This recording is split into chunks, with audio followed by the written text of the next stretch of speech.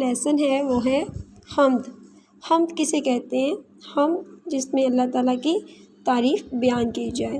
سب سے پہلے ہم تلفظ سیکھ لیتے ہیں اور حاصل الفاظ دیکھ لیتے ہیں۔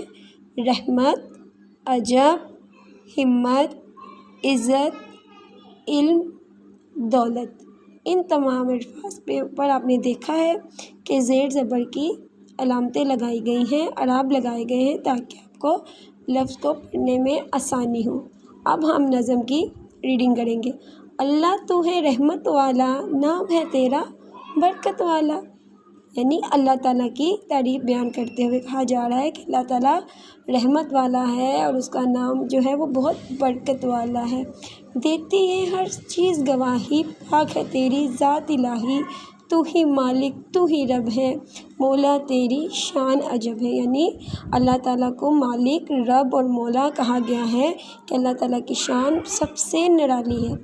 چاند اور سورج، پھول اور تارے تو نے بنائے، ہم کو سیدھی راہ دکھانا، نیکی کے رستے پہ چلانا، یعنی اس جو شعر میں جو شاعر ہے وہ ہمیں کیا بتا رہا ہے کہ اللہ تعالیٰ سے دعا کر رہا ہے کہ اللہ ہمیں سیدھی راہ دکھانا اور ہمیں نیکی کے صحیح راستے پر چلنے کی توفیق عطا فرمانا، ہمت دینا، عزت دینا، علم کی یا رب دولت دینا، یعنی اللہ تعالیٰ سے دعا کی جا رہی ہے کہ اللہ تعالیٰ ہمیں ہر طرح کی عزت اور علم کی دولت سے نواز دے۔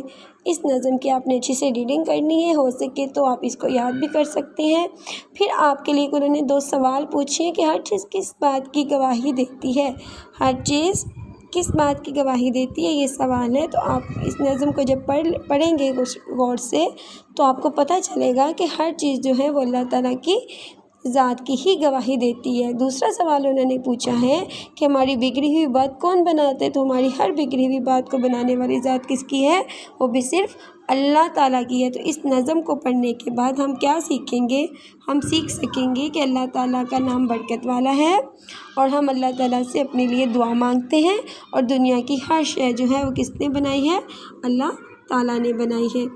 اس کے بعد آپ یہ الفاظ معنی دیکھیں گے، یہ آپ الفاظ معنی زبانی یاد کریں گے۔ برکت یعنی نعمت کی زیادتی، یعنی نعمت کا بہت زیادہ ہونا، ٹھیک ہے، اس کا مطلب ہے نعمت کی زیادتی۔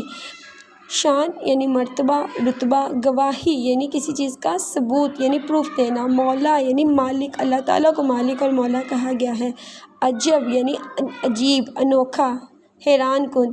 تو ان الفاظ کے جو معنی ہیں آپ نے اپنے اچھے سے یاد کرنے ہیں، وہ کاپی کتاب پر آلریڈی انہوں نے دیے ہوئے ہیں۔ پھر یہاں پہ انہوں نے آپ سے کہا ہے کہ حمد کے مطابق کالم الف کو کالم ب سے ملائے۔ تو آپ کو یہاں دیکھ رہے ہیں کہ آپ کی بک میں یہ کالم صرف ایک ملا ہوا ہے، چاند اور سورج، پھول اور تارے تو نے بنائے کتنے پیارے۔ اس کے بعد جو 3 آپ کے اشعار ہیں وہ آپس میں ملائے ہوئے نہیں ہیں، تو ان کو آپ خود ملائیں گے۔ یہاں پہ میں نے ان کو ملا کر آپ کے سامنے یہ جو لائنز ہیں، یہ روز جو ہے یہ لگا کر بتا دیا ہے۔ اس کو آپ غور سے پڑھیں گے اور خود ملانے کی کوشش کریں گے تو آپ سے آسانی ہو جائے گی۔ اس کے بعد انہوں نے آپ کے لیے ایک اور ایکسرسائز اس نظم میں دی ہے۔ یہاں پہ صفحہ نمبر 5 پر کچھ پھل بنے ہوئے ہیں، ٹھیک ہے، پھل بنے ہوئے ہیں اور ایک پھول بھی بنا ہوا ہے، ٹھیک ہے۔ انہوں نے کہا ہے کہ لفظوں کا کھیل، یہ ایک ایکسرسائز جو ہے یہ کھیل پر مشتمل ہے، یعنی الفاظ کا کے ساتھ کیسے حروف کو ملا کر کیسے الفاظ بنتے ہیں اور اس کھیل کو ہم کھیلیں گے کیسے۔ مثال کے طور پر کے مطابق ہم دیے گئے الفاظ ڈھونڈ کر ان کے گرد دائرہ لگائیں اور نیچے لکھیں۔ یہ جو اشکال بنی ہوئی ہے نا، جیسے سب سے پہلے پھول بنا ہوا ہے تو انہوں نے ایک مثال کے طور پر پہ ہے واو لام پھول، یہاں پہ آپ کو بتا دیا ہے کہ یہ پھول کو اس طرح سے دائرہ لگا دینا، یعنی دائرہ تو نہیں لیکن اس کو مطلب پوائنٹ آؤٹ کر دینا ہے۔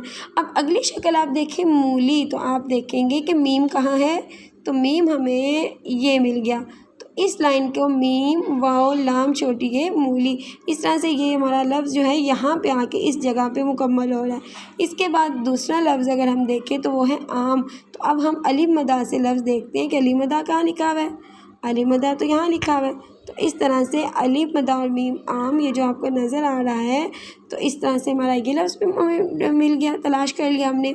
اس کے بعد نیچے تصویر پر آ جائیں تو یہاں پہ بنا ہوا ہے آرو، تو ہم پھر دیکھیں گے کہ الف مد کا کوئی لفظ الفاظ دوبارہ شروع ہو رہا ہے یہاں پہ، تو یہاں پہ ہمیں تیسری لائن میں الف مد رے اور واو مل جاتا ہے، اور اس طرح سے آم کے نیچے والی تیسری رو میں ہمیں آرو کا لفظ بھی مل گیا۔ اس کے بعد گاجر، تو ہم گاف سے دیکھ لیں گے، تو اسی لائن کے آخری والی لائن کے جو حروف ہیں گاف، الف، جیم اور رے، ان سب کو ملانے سے لفظ گاجر مکمل ہو جائے گا۔ اس طرح سے آپ کی یہ ایکسرسائز کمپلیٹ ہو جائے گی، اور یہاں پہ میں نے آپ کو اس اگلے پیج پر اس ایکسرسائز کو مکمل بھی کر دیا ہے، جیسے کہ یہ میں نے ان کو نشاندہی کر دی ہے تاکہ آپ کے لیے آسانی ہو سکے، اور نیچے آپ ان الفاظ کو خود لکھیں گے۔ مثال کے طور پہ پہلا پھول انہوں نے لکھ دیا ہے، مولی، آم، آڑو اور گاجر، کے الفاظ آپ خود لکھیں گے۔ اس کے بعد ہمارے پاس اس کے اگلا پیج پہ صفحہ نمبر 6 پر ایک ایکسرسائز ہے کہ دیے ہوئے جملے غور سے پڑھیں، ان میں ختمہ اور سکتہ کی جو کو نمایاں کیا گیا۔ اب ختمہ اور ستمہ کیا ہوتا ہے؟ ختمہ کا مطلب ہوتا ہے یعنی فل سٹاپ، اور سکتہ یعنی کوما لگانا، ٹھیک ہے۔ یہ جو انہوں نے آپ کو علامتیں دی ہیں ختمہ اور سکتہ کی، ان کو ان دو جملوں میں انہوں نے بیان بھی کر دیا ہے، یعنی کہ آپ کو سمجھایا ہے۔ میں نے آم، انار، سیب اور انگور کھائے، یعنی یہاں پہ کتنے پھلوں کا ذکر ہوا ہے؟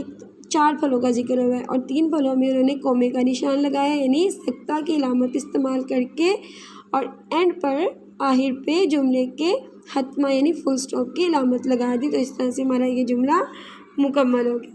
اگلا جملہ انہوں نے بتایا ہے، ہاتھ، پاؤں، کان اور آنکھیں اللہ کی نعمتیں ہیں، یعنی یہ جو انہوں نے جسمانی حصوں کے نام لکھے ہیں، یہ 4 حصے ہیں، اور ان چاروں میں کیا کس کی علامت استعمال کی؟ ہاتھ کے بعد سکتہ کی علامت، پاؤں کے بعد سکتہ کی علامت، کان کے بعد سکتہ کی علامت نہیں آئی، کیونکہ کان اور آنکھوں کو اور کا لفظ بنا کر لفظ جملے کو مکمل کر دیا گیا۔ اب یہاں پہ انہوں نے کچھ جملے دیے ہیں، ان جملوں میں انہوں نے نہ سکتے کی علامت لگائی ہے اور نہ ہی ختمہ کی علامت لگائی ہے، تو ان جملوں کو آپ نے خود اس کے سامنے والی یہ جو سطریں بنی ہوئی ہیں ان پہ آپ خود مکمل کریں گے۔ تو اس آپ کے ذہن کے لیے میں نے یہاں پہ یہ جملے یہاں لکھ دیے سوال نمبر 6 میں، یعنی کہ یہ جو ریڈ کلر سے میں نے نشان لگائے ہیں، تو اس طرح سے آپ یہ نشان لگا کر ختمہ اور سکتہ کی علامت مکمل کریں گے، اور آخر پہ فل سٹاپ لگائیں گے۔ کتاب، کاپی اور پینسل بستے میں رکھ دیں، ہوا، پانی، سورج، چاند اور تارے اللہ تعالیٰ کی نے بنائے، نیلے پیلے رنگ اور سبز رنگ کی پینسلیں لاؤ۔ تو اس طرح سے یہ تینوں جملوں میں آپ نے سکتہ اور ختمہ کی علامت لگا دی۔ اس کے بعد ہم اپنی ایکسرسائز واحد جمع والی دیکھ لیتے ہیں، تو واپس آ جاتے ہیں اسی پیج پر۔ تو انہوں نے کہا ہے، مثال کے مطابق لکیر کے ذریعے واحد کو الفاظ کو جمع سے ملائیں۔ واحد اور جمع کو آپ نے کس طرح ملانا ہے؟ آپ کو نے پہلے بھی پڑھا ہوگا اپنی 1 کلاس میں کہ واحد ایک چیز کو اور جمع زیادہ چیزوں کو کہتی ہے۔ تو یہاں پہ پرندہ کو پرندے سے ملا کر ایک انہوں نے آپ کو اگزامپل کے طور پر مکمل کر دی، باقی آپ واحد کو جمع سے اس طرح سے ملائیں گے، دروازہ، دروازے، طوطا، طوطے، مرغا، مرغے، انڈا اور انڈے۔ واحد جمع کو آپ یاد بھی کریں گے، اور ان کو اس طرح سے اپنی کتاب پر ہی اس ایکسرسائز کو مکمل کریں گے۔ اس کے بعد ہم نے ایک ایکسرسائز جو ہے وہ میں نے جو چھوڑ دی تھی وہ تھی صفحہ نمبر 4 پہ۔ صفحہ نمبر 4 پہ آپ کو کچھ سوالوں کے جواب دیے گئے ہیں، تو ان سوالات کے جوابات جو ہیں وہ یہاں میں نے آپ کو ایک PDF میں لکھ کر سینڈ کر دیا، اور اسی طرح سے آپ نے اپنی کتاب پر ہی لکھ لینا، کیونکہ کتاب پر انہوں نے آپ کو یہ لائن دی گئی ہے کہ سوال کا جواب سوال کے نیچے ہی لکھے۔ اس کے بعد ایک ایکسرسائز ہے، اور صفحہ نمبر 4 پر ایک پکچر دکھائی گئی ہے، اس تصویر کو آپ نے غور سے دیکھنا ہے اور نیچے دیے گئے سوالوں کا جواب دینا ہے۔ اس تصویر کو پہلے آپ غور سے دیکھیں کہ آپ کو اس میں کیا کیا نظر آ رہا ہے۔ اس میں بہت سے اس میں بہت سارے پیڑ پودے، درخت یعنی گرینری ہمیں نظر آ رہی ہے۔ تو اس گھر کے باہر ہمیں کیا چیزیں نظر آ رہی ہیں؟ زیادہ تر پیڑ پودے نظر آ رہے ہیں۔ تو سوال کا جواب آپ لکھ سکتے ہیں، مکان کے سامنے پودے، پیڑ اور درخت نظر آ رہے ہیں۔ اگلا سوال انہوں نے پوچھا ہے، درختوں کا کیا فائدہ ہوتا ہے؟ تو درختوں کے کیا فائدے؟ درخت درختوں کے فائدے یہاں میں نے آپ کے لیے لکھ دیے ہیں، آپ نے ان کو لکھ کر یاد کرنا، اپنی کاپیز پہ یہ کام مکمل کرنا ہے۔ درخت ماحول کو خوشگوار بناتے ہیں، درخت ہمیں آکسیجن فراہم کرتے ہیں، درختوں سے ہمیں لکڑی حاصل ہوتی ہے، لکڑی فرنیچر بنانے کے کام آتی ہے۔ اس تصویر میں آپ کو کیا پسند اور کیا نہیں، یہ والا سوال آپ خود اپنی سوچ سے کریں گے کہ آپ نے اس کا جواب کیا لکھنا ہے اور کیا کس وجہ سے نہیں پسند۔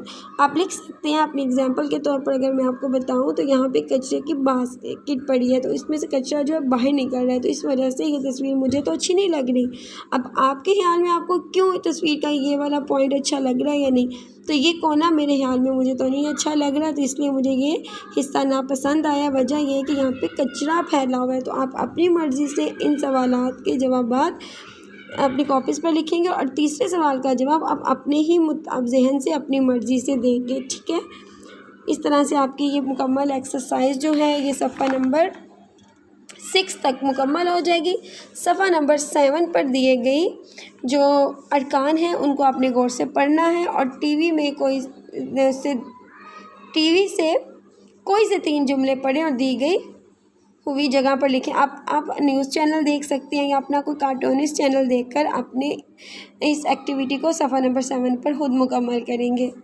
انشاءاللہ نئے ایکسرسائز کے ساتھ نئے لیسن کے ساتھ ملیں گے۔ اللہ حافظ۔